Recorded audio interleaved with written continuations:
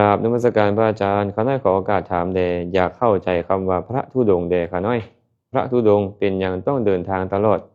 และต้องเดินธุดงค์แบบใดแท้จึงจะถูกตามหลักธรรมแท้อยากรู้อยากเข้าใจคำว่าพระธุดงค์เป็นแนวใดพระธุดงค์นี่นะพระธุดงค์เป็นแนวใดหลายๆคนเข้าใจว่าพระธุดงค์คือพระยางอีกหลายๆคนก็เข้าใจว่าพระธุดงค์คือพระเข้าป่าอาตมาขอจำแนกคำว่าธุดงค์กับจาริกให้ญาติโยมได้เข้าใจก่อนคำว่าธุดงค์แปลว่าองค์ประกอบของการขัดเกลากิเลสนะองค์ประกอบของการขัดเกลากิเลส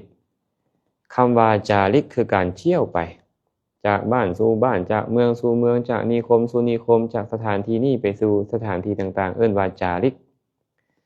ฉะนั้นเลยมักเอิ้นรวมกันว่าจาริกธุดงค์จาริกธุดงค์แท้ที่จริงแล้วคำสองคำนี้มีความหมายแตกต่างกันเด้อมาเบิ่งเนาะว่าคำว่าจาริกกับธุดงค์นี่ใช้ในฐานะใด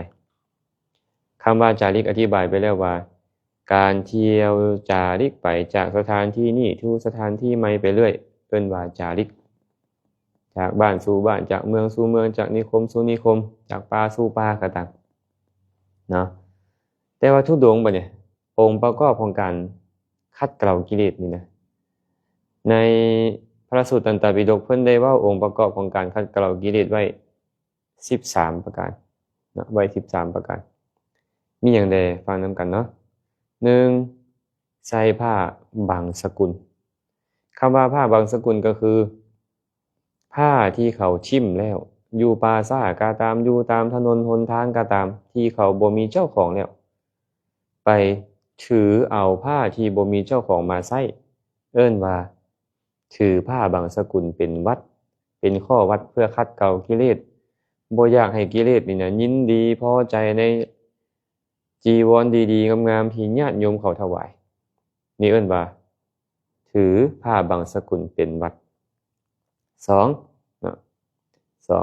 2ถือผ้า3ผืนเป็นวัดสิใช้แต่ผ้าสบงจีวรสังฆาติ3ผืนนี้เนาะบ่มีผ้าผืนที่4จะบ่ใช้สบง2โตบ่ใช้จีวร2โตจังซี่สบงผืนเดียวจีวรผืนเดียวสังฆาติผืนเดียวจะบ่ใช้หลายผืนกว่านี้นี่เอิ้นว่าเตจิวระกังคะธุดงค์ธุดงค์ก็ถือผ้า3ผืนเป็นปกติ3บิณฑบาตเป็นปกติจะบิณฑบาตฉันเท่านั้นบ่รับกิจนิมนต์บ่รับของที่เขาถวายสงฆ์มาบริโภค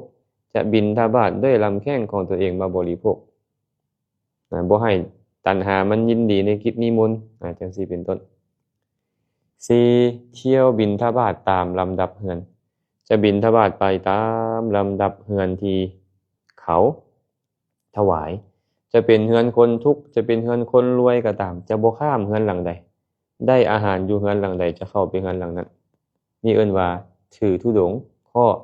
บิณฑบาตตามลำดับเรือน5ฉันอาสนะเดียวเป็นปกตินั่งลงแล้วฉันแล้วลุกขึ้นแล้วจะบ่ฉันอีกจะฉันแต่อาสนะเดียวก็หมายถึงว่าฉันเทื่อเดียวอาสนะเดียวลุกจากอาสนะนั้นแล้วจะบ่ฉันอีกนี่เอิ้นว่าฉันอาสนะเดียว6ฉันในบาตรเป็นปกติจะบ่ยินดีในการใส่ถ้วยใส่จานใส่ชามภาชนะอื่นจะฉันในบาตรเท่านั้นจะเป็นแกงจะเป็นจะเป็นป่นจะเป็นแจ่วจะเป็นปิ้งเป็นทอดจะเอาลงในบาตรจะเป็นผักหมักไม้ของหวานเอาลงในบาตรนี่ฉันนี่เอิ้นว่าฉันในบาตรเป็นปกติบ่ฉันในภาชนะอื่น7ลงมือฉันอย่างใดอย่างหนึ่งแล้วก็จะบ่รับของที่เขาถวายภายหลังอีกหากว่าได้เอาของสิ่งใดสิ่งหนึ่งเข้าปากไปแล้วจะบ่ยอมรับของที่เขามาถวายภายหลังอีก8อยู่ป่าเป็นปกติจะนอนอยู่แต่ป่าต้องห่างจากหมู่บ้าน1กิโลขึ้นไปนะถึงมีเวียกมีธุระเข้ามาในหมู่บ้านก่อนแจ้งก็ต้องออกไปนอนอยู่ป่าออกไปให้สว่างอยู่ป่าจะบ่อยู่เขตบ้าน9อยู่ป่าซ่าเป็นปกติ จะบ่พักอยู่บ่อนที่บ่แม่นปราสาทเนาะปราสาทใกล้บ้านก็ตามไกลบ้านก็ตามต้องไปพักอยู่ปราสาทจะบ่ยอมอยู่บ่อนอื่นที่บ่แม่นปราสาทถึงมีกิจไปบ่อนอื่นแต่เวลาใกล้สว่างต้องกลับไปที่ปราสาทข้อที่10เนาะอยู่ใต้ห่มไม้เป็นปกติ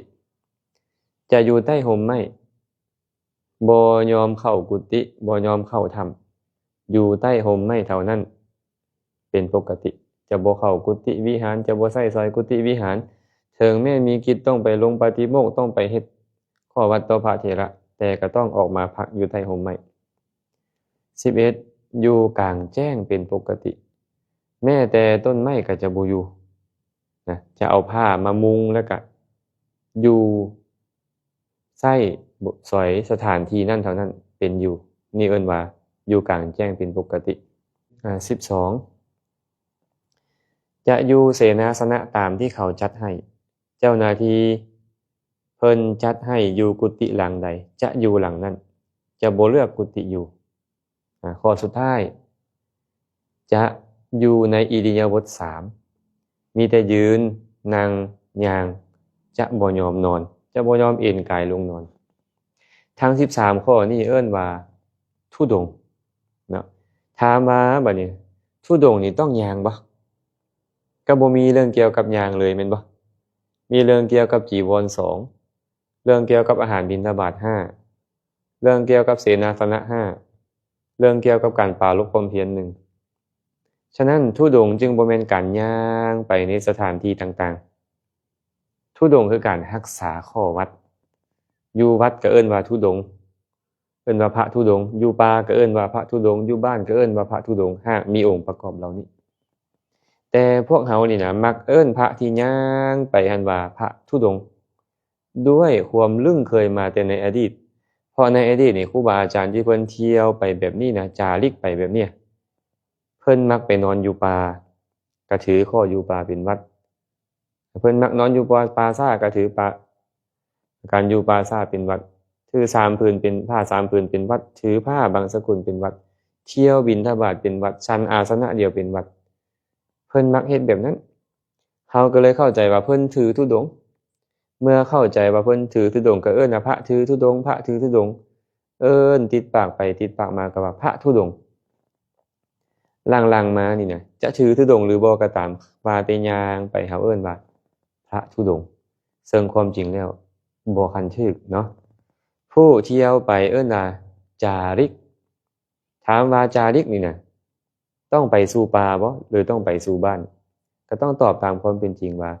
การไปสู่ป่าบ่เอิ้นว่าธุดงค์เอิ้นว่าบุดงค์เอิ้นว่าบุดงค์ฝ่าดงค์เข้าป่าฝ่าดงค์เนาะ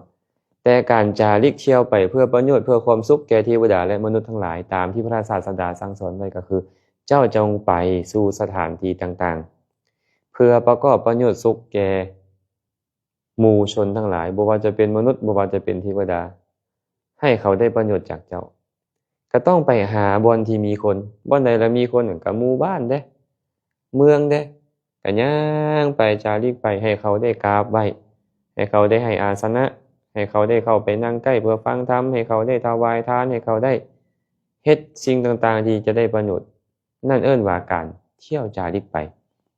ฉะนั้นการเที่ยวจาริกไปที่เฮามักเอิ้นจนติดปากว่าธุดงค์นี่บ่แม่นการต้องเข้าป่าคือการเที่ยวไปเพื่อให้ผู้คนได้โอกาสเลื่อมใสกราบไหว้ให้อาสนะเข้าไปนั่งใกล้เพื่อฟังธรรมได้ถวายทานเป็นต้นเนาะอันนี้เรื่องของธุดงค์นะข้อที่เพิ่นถามมาก็ตอบให้แบบนี้เด้อ